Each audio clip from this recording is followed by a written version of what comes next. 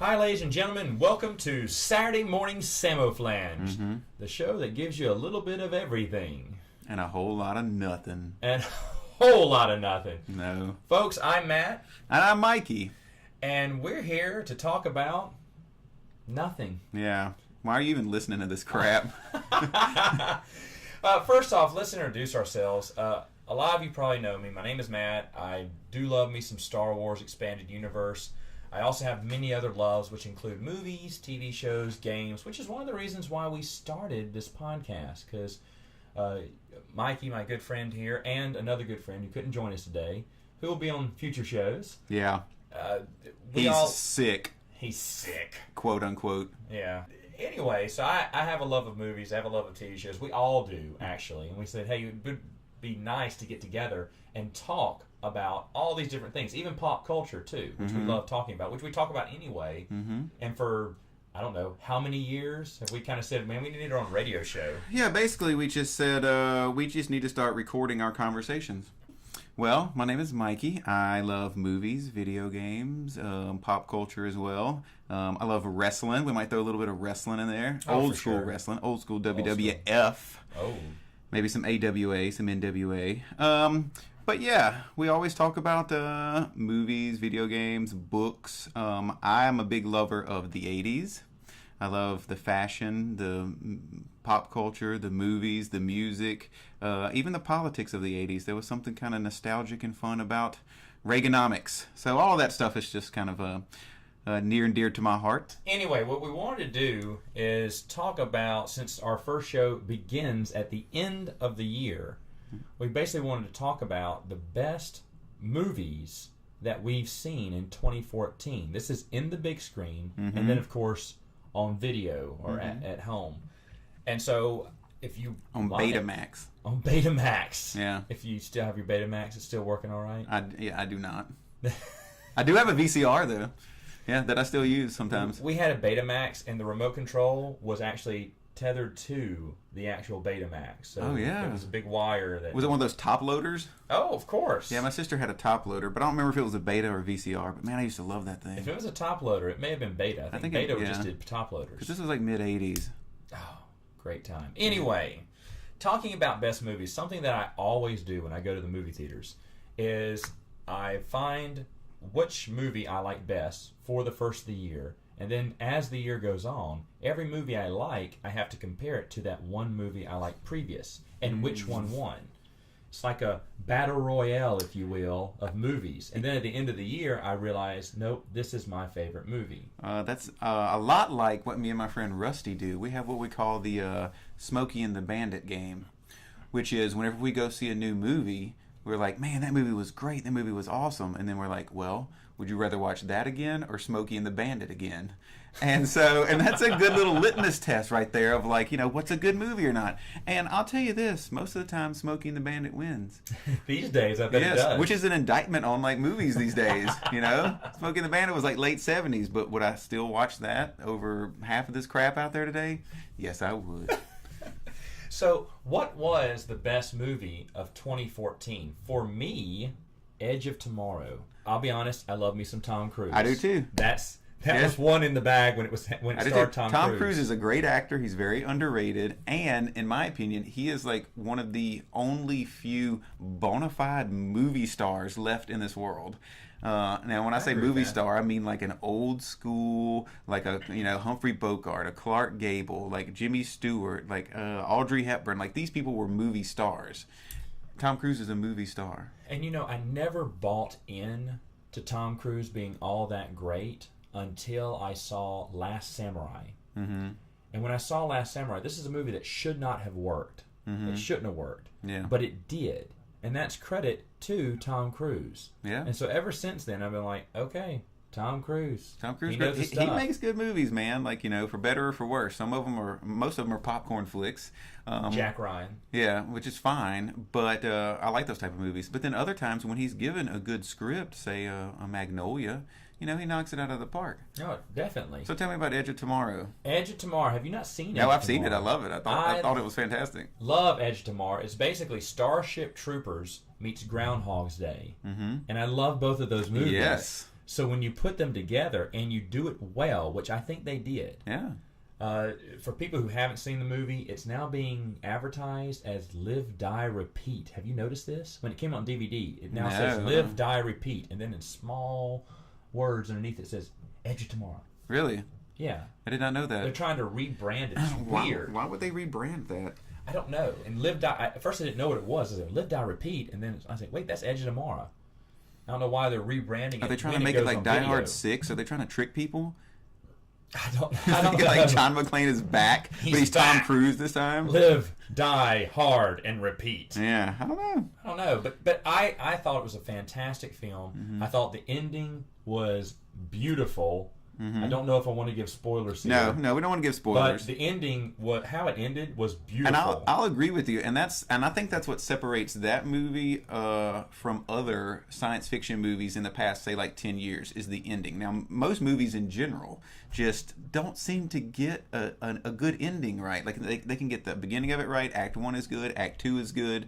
But how many times have you sat down and watched a movie and it's like, by the end of it, you're like, if they only would have ended this a little better, man, like I would be all over this movie.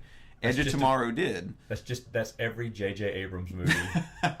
Every J.J. Abrams movie. I love it until the very... It's like, if you cut off the last 10 minutes, this would be a perfect film. Hey, now the last 2 Star Treks, though, man, like those were pretty good in my opinion. But that's a different story. That's a different story. We'll have to talk about that. But I agree. The ending of Edge of Tomorrow made it. It was good. It made sense. It was fun. And you don't see that with science fiction movies. There was a movie that came out a couple years ago, Looper. Did you see Looper? Speaking of Bruce Willis. Yes, I did see Looper. I thought that was a fantastic science fiction movie. They had a good ending, too. It was good. Not as good as Edge of Tomorrow, but it was good. That's because, well, Emily Blunt is in Edge of Tomorrow. And let's face it, let's be blunt here. Let's be blunt. She's hot. There you go. And she's a great actress. And when you get hot and a great actress, man. Tom Cruise's character, his character story arc is really good, too. Yeah. Because he basically, this is not a spoiler, he plays a coward. Yeah. At the beginning. Yeah, which is unique for him because normally he's, saved the day and he ends up being saved the day. But, being a coward at the beginning and not a really trustworthy type guy. Well, for the majority of this film, he's a coward or inept, or so he really doesn't become the man. Yeah. Till the very end. But it was actually very good. I loved that film, and I kept comparing that film to every other film I saw, and I saw a lot of good films. But I always said, which one did I enjoy the most this year? Mm-hmm. Edge of Tomorrow, hands down for me. Mm-hmm. So, what would you say was your favorite film of 20 in theaters? Yes. Well, one thing about me is that I like lists, and you do love lists. I love lists. I'm a top 5 guy. Have you ever seen that movie High Fidelity with John Cusack? I love High Fidelity, and that's why I do a lot of top 5. Yeah, and that's just me. Like I love lists. Everybody loves lists, and so all you listeners out there, you're probably going to get some lists every week because I like lists. But I have quite a few movies that I liked this year. So far, like if I had, to pick one, if a gun was held to my head and it was like pick one movie, I would probably have to say Gone Girl for a lot of different reasons. Now, Interstellar I thought was fantastic. Interstellar took me somewhere that, other movies haven't. But there was something about Gone Girl that just had me sucked in. I love David Fincher. Did you see it?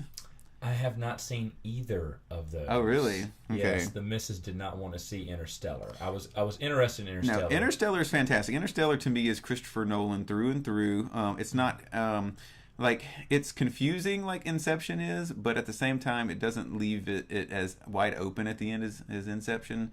It tells this very far out there story. You have to suspend your disbelief there for a little while. I mean, it's all about black holes and gravity and time travel and that sort of stuff.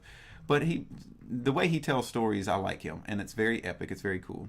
But picking between the two, I would have to go with Gone Girl. I love David Fincher. First of all, for people that don't know David Fincher, he directed Seven, Fight Club. As a director, I do like him. Yeah, Social Network. He's fantastic. But Ben Affleck is an interesting case to me. Ben Affleck sometimes is very good. Sometimes Ben Affleck is sometimes very laughable. And I think that depends on the director, actually. I think Ben Affleck actually is a good actor. I do. I'm going to get a lot of hate from No, the I fanboys agree there. with But you. Yeah. when he became Batman, I wasn't upset. First off, because DC screws up everything these days when it comes to movies. Yeah. But secondly, he's not that bad of an actor. I think it depends on what director he's Yeah, working with. and what script he's got. Like, if he's got, like, let's say Argo, like, he directed himself, but the movie was a good script. He had a fine performance. And back in the day when he used to work with Kevin Smith, he was always, fun because he was tongue-in-cheek and he was with his buddies. But yeah, he's a good actor, and he's good in this movie. But this movie survives on two main things. Number one, the serious undertones of it.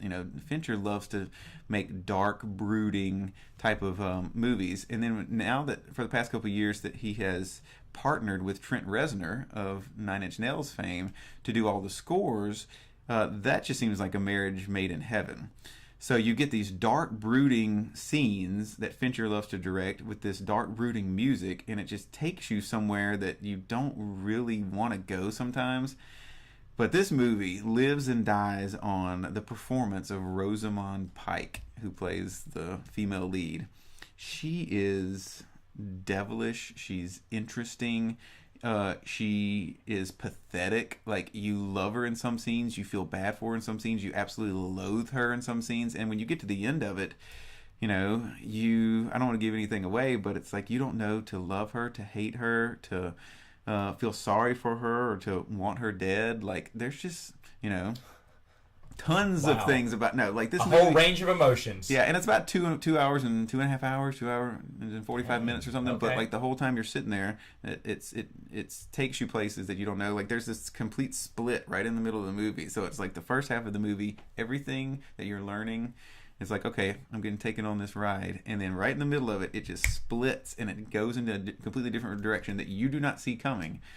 And so yeah, there are other movies that I loved. I loved Nightcrawler. Did you see Nightcrawler? I didn't see Nightcrawler. I heard about that's Jake Gyllenhaal. Yeah, I heard it was really good. It is good, and it's not so much that the movie itself is good; it's that it's her. I mean, that it's his performance is good. And X-Men, I thought was great. The Days of Future Past, great. I really enjoyed X-Men. Yeah, Guardians of the Galaxy was great. I'm probably get a lot of flack for this, but my favorite comic book movie this year, above X-Men and above Guardians of the Galaxy, was the second Captain America. I thought the second Captain America, Winter Soldier, was absolutely phenomenal. For a minute, I thought you were going to say Sin City 2. I just didn't know where that was going at first. No, I hated the first one. Hated it. You did? I did. I thought the first one was crap, man. Like, I thought it was stupid. Well, then don't go see the second one. No, I didn't. I love Joseph Gordon-Levitt, and I saw that he was in it, so I was kind of intrigued by that. But that was not enough. Like, JGL's star power was not enough to get me to buy a ticket to that crap. The thing is, I enjoyed the first one because it's just like the comic book. I mean, those pages just leapt out on the screen. I'm sure the second one's like that, but they have missed their window. Oh, yeah. That second one came out way too late. If it would have come out like a year or two sure. after Sin This City, has been like 6 or 7 years. yeah, it still would have been big. But now it's too late. People have moved on. Nobody cares. They're not into That's that. such crap. What about the new 300? Did you ever see that? No. Like, that's the reason why I didn't like Sin City, because I thought 300 was crap. Yeah, you heard me. 300 was crap, okay? That is garbage. How can you say 300 was crap? This is what 300 was, okay? I akin 300 to a porno, all right? All 300 was fight scenes, like over stylized, stupid fight scenes. Yes. So, just like a porn, do you care anything about the story? No. You're fast forwarding till you get to the action. So in 300, that's exactly what you do. You don't care anything about this wannabe gladiator like politics of the time. You just fast forward to the action. But whenever you get there, it's not people. It's people chopping people's heads off. And I'm like, no, just give me Braveheart. Give me Robert the Bruce betraying William Wallace. All right, first off, I'd rather have that. I watched that movie in its entirety. Frank Miller. Yeah. It's based off his script. I like Frank Miller. And Frank Miller, to be honest, I thought the film was excellent. I didn't go see the second one because Frank Miller's story was just that one book, and that was it. There was no, second, or there may have been later on. I'm not sure, but I was not interested in seeing the new 300. Now, when it comes out on Netflix, am I going to watch it? Heck yes, I'm going to watch it. The movies these days are tons and tons of comic book movies, which I adore. I think that most comic book movies these days have gotten they've kind of gotten their hands on where they want to go with this, and pretty good. For the most part, I like them over the past 5 years. Basically, since like the first Iron Man, really. Kind of started this whole Marvel thing. There's only been a handful that I didn't like. Green Lantern stunk trash. Well, that's a DC one, and DC just hasn't gotten it down yet. But that was it seemed like there was a Marvel one that kind of stunk too. Well, we're about to have an explosion of superhero movies come out in the next few years, and I'm wondering, just like sci-fi movies went through their phase, just like horror movies have basically ended now. Yeah, we still have horror movies. We still have sci-fi movies, but not as many as we used to have back in the 90s. Well, sure. Back in the, whenever it was popular. That's just the thing now. So when is the superhero hump? It's never going to end. It's always going to be there, but when is it going to die down? Well, they've already planned it out, for the next 5 years or so. And I would say, like, by, 2020, I mean, these things go in cycles and stuff. So something will come back around. Like, they'll tell all these stories, and, they can only reinvent and reboot things so many times. And so I think eventually, like, that stuff will kind of fade away and something else will come up. And we don't know what that is yet. I would like to see a rekindle of the old slasher films. Because that's my favorite horror movie, the late 70s, early 80s, that Halloween started, your slasher movies, which will be a list that I'll give you in the next couple of podcasts. Oh, yes. Yeah, Mikey's top 5, maybe top 10. Oh, yeah. Not just slasher movies, but like some obscure ones, because I've been watching some obscure ones lately, all these ones that I missed. I mean, we've all seen Friday the 13th. I think most of us have seen things like Prom Night. But, there's, just to give you a little... what's the word I'm looking for? Like a little peek into the future, a little peek behind the curtain, a little preview of things to come. A little preview of things to come. There's some movies like The Prowler. You ever seen that? Terror Train. I watched one the other night called Final Exam. Curtains. These are some great things. Some good old slasher movies from the early 80s that are really good. Okay, so go out back to your top. Is it top 5? Well, there's not really a top 5. Like, we're going, your favorite movie of the these year are all movies. Was Edge of Tomorrow. My favorite one was Gone Girl. I just like to, instead of just saying, a blip, I like to give, like, the whole story. We're not going to go straight from A to B. We're going to beat around that bush a little bit. That's fine. Is Edge of Tomorrow, would Edge of Tomorrow be in your top 10? Yeah. Maybe. I would actually have to, like, make a top 10 list and look at it. I usually do that because, see, there's movies that I haven't seen yet. Birdman was something I really wanted to see, which I haven't had a chance to.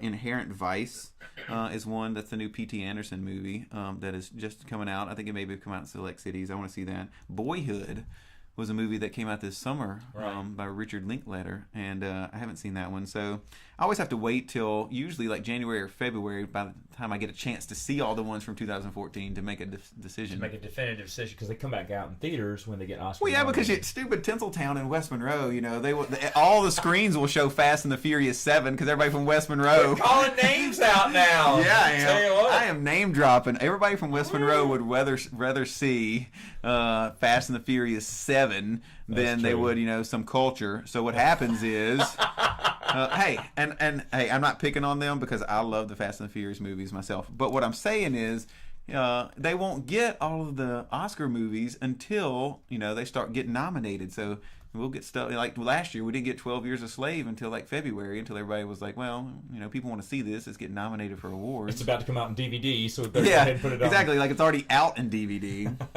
What other movies? Gosh. Now this is in theaters, right? You saw all these movies in theaters. Let's see. I saw X-Men, Nightcrawler, Guardians, Interstellar, Gone Girl, Captain America. Yeah, I saw all of those in theaters. I'll give you one movie that I didn't see in a theater, but I did just recently see. This is like your obscure pick for the year. Okay.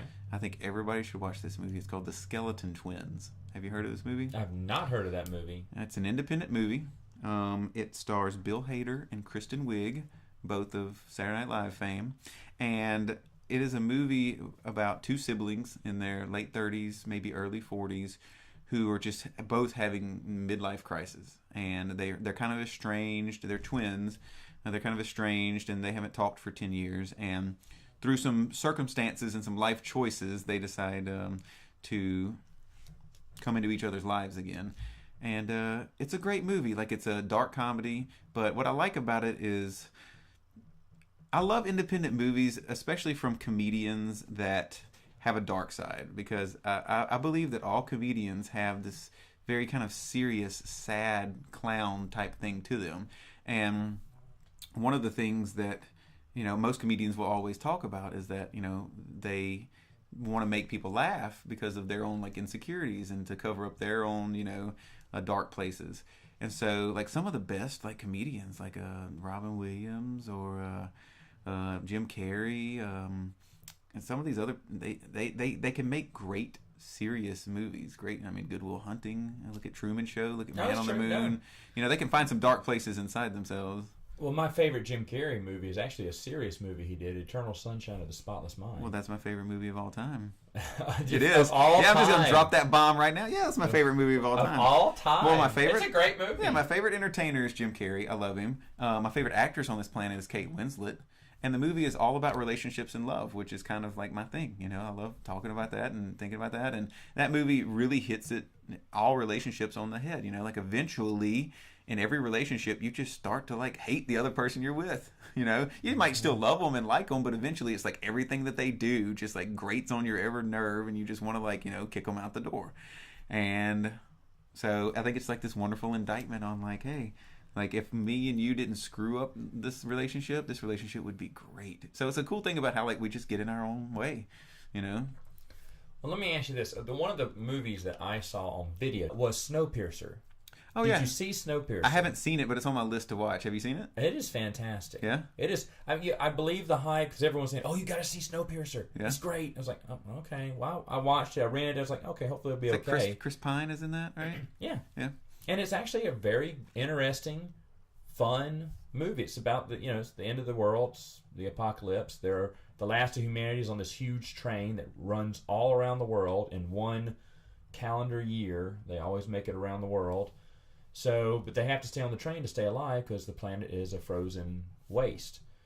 And it's basically he's part of the lower class. The lower class is on the back of the train. The upper class, the elite, are on the front of the train. I don't know. The storyline of Snowpiercer was intriguing, where the lower class people are trying to make it to the upper class people, or just trying to get fair wages or equal living or whatever, and they're having to basically fight their way through the trains. They fight their way through the mid class and so on and so forth. So it sounds kind of lame, but it actually is really good. Yeah, I do want to watch that. That is on my list of things to watch. Speaking of things that we're watching, what exactly are you watching right now? Watching right now, like is binge watching? Yeah, we just to let everybody know, like we're the type of people that we're always watching some sort of TV show. We've got new shows, we've got old shows, binge watching shows. I think a lot of America these days binge watches shows. So what's on your list? What's going on right now in your life? Right now, I am watching the newest Family Guy on DVD. I never watch it live. Mm-hmm. I always buy it because I know I'm going to love it, and I'm going to rewatch it again if time permits. So I just go ahead and buy it when it comes out on DVD. And so it came out. Family Guy is always wonderful, good for a laugh. That's what I've been watching recently. I loathe the Family Guy. You realize that? Oh, you do not like it? I do. I hate it. I think it's horrible. And it's weird because I like Seth MacFarlane, but I just hate Family Guy. And as many 80s references. I know. I don't get it. Make too. I think, to me, Family Guy tries too hard. I think that's just the whole deal with me. Every episode I've seen, like it just seems like they kind of try too hard. Oh, wow. MacFarlane is a funny guy. I think he's talented. I liked it when he hosted the Oscars. I like the movie Ted. You should like the movie Ted. Yeah, I thought it was great. Well, it's got Marky Mark in it. And Mark Wahlberg does not make bad movies. That's a story for a different time. I'll give you my top 10 Marky Mark movies of all time. I have a rebuttal. Do you? Pain and Gain. Oh, that was a great movie. I haven't seen it yet. Oh, yeah. But that's also a Michael Bay movie. I like Michael Bay. That's right. I like Michael Bay. Oh, Hate Family Guy, like Michael Bay. That's awful. I know. Well, we got to start some controversy here. We want people to listen to this. We have plenty of controversy. We've been rambling for 28 minutes. People have done cut us off. So now we need to get people back. I like Michael Bay. I liked Pearl Harbor. That's awful. Dude, Pain and Gain's got The Rock in it. It's got The Rock and Marky Mark. Okay, anyway, I haven't seen it yet, so I can't comment on it. It was interesting. It was actually the least Michael Bay movie. Since we're just running about movies about 2014, did you like Teenage Mutant Ninja Turtles? Okay, here's the deal. Or Ninja Turtles? Look, I'm kind of weird about stuff like this, all right? Let's go ahead and just throw this out there, all right? I always cringe when I hear about remakes. Like initially, my first thought is to cringe, and I know that you're probably a big cringer. Like you don't really like to Wait, buy into I don't things like like that. movies. Yeah. For me, like I cringe at first, but then I'm like, you know what? Let me give it a shot because in my mind, I am able to compartmentalize what was and what is. Like I don't compare anything new to what was because I'm so sentimental and I have such a heart for nostalgia that like I'm not going to compare the new Ninja Turtles to the old Ninja Turtles. Like it can't, do I think it should have been made? No. Like, do I think that, do I think they should have made an A-Team movie or an old Dukes of Hazzard movie or all these types of things? No, I don't think that stuff should be made. Like, they should leave well enough alone, Like, but if it does get made, I'm going to watch it and I'm not going to compare it to the old stuff because that old stuff can't be beat. When it comes to the Teenage Mutant Ninja Turtles, will I ever watch it again? No. But when I watched it, like, was I, kind of okay with it? I was like, well, this isn't half bad. Like I feel bad for the kids these days that's what they're going to get exposed to versus what the goodness that we got exposed to. But at the same time, it's like you could tell that the people that made it had a healthy respect for the original, origin stories, and it wasn't all that bad. Like it wasn't the best, but it could have been worse. I've seen worse movies. So, Okay. yeah. All right, that's fair. I'm pretty forgiving when it comes to most of those things. You're gonna be hard pressed to find a movie or some sort of entertainment that I don't really like that much. I give people the benefit of the doubt. I guess just being somebody that's written stuff and that's created stuff. Like I guess I kind of look at these people and I'm like, you know what? Like it takes a lot of talent and effort and and hard work to make these things. I think most of them are cash grabs. And I think most of them shouldn't be done, but I'm kind of lenient on it. Sorry for that soapbox moment. No, that's fine. That's You'll probably never watch it. That's what we're here for. All right, so before we wrap it up, is there any other movie you wanted to speak about? From 2014? From 2014. That I saw in the theater. That you saw in the theater. No, I mean, I could go on and on and on about, certain movies here and there. But when I think back to 2014, So overall, would you say 2014 was good or not so good? For me personally, I'd say average. Average, okay. What'd you say? I was going to say below average, but lately I have thought a lot of movie years have been below average because I'm getting way too old or just way too picky about the movies. Mm-hmm. And you're right, we only had the big blockbusters come through here. The lower budget movies, the smaller movies like Birdman, I probably would love. I have a feeling I'm going to love that when I see it. But the thing is, though, in theaters here, there's not them. All we see is the big blockbusters. And like you said, I can enjoy a big blockbuster, but I can also hate me a big blockbuster, too. And when it's a coin flip and we don't get the other independent films coming through our town, then usually for me, it's a bad box office year every year, almost. Not to sound too negative, but I'm just saying we don't get the full range or choices that other big cities do. Yeah. And because of that, I get disappointed. Like Birdman, I'm disappointed that I didn't see it too. So that kind of just lowered the grade for the whole box office year for me. But that's what always happens. It's weird. It's an where unfair we live. curve to set it by, but it is how I feel. I feel like every year for the past couple of years has been below average. Yeah. I mean, there's a couple of good action flicks here and there, popcorn flicks, and a couple good independent ones. I try to go see as many movies as I can in the theater. Like I used to always keep my ticket stubs. I think in 2011 I saw 55 movies in the theater, and then I think in 2012 I saw like 54. So it's like about one a week. I used to. How many this year? But I didn't keep up this year. I didn't keep up in 2013 or 2014. Like I just kind of stopped. I kind of wish now that I would have. But I don't do that. I don't go see one a week. Sometimes I would see like two a week. Like I go on Saturdays sometimes in the afternoon and see a double feature or something, or Sundays and see a double feature. But truth be told, like these days, it doesn't seem like there's enough movies to really do that with. Like there's a good movie maybe once a month these days. I agree with that. Yeah, and sometimes you can skip a month. Yeah. And not go to the theater. Yeah, because what's happening is like so many movies, so much money is getting pumped into these big summer blockbusters. And I guess it kind of has always been that way.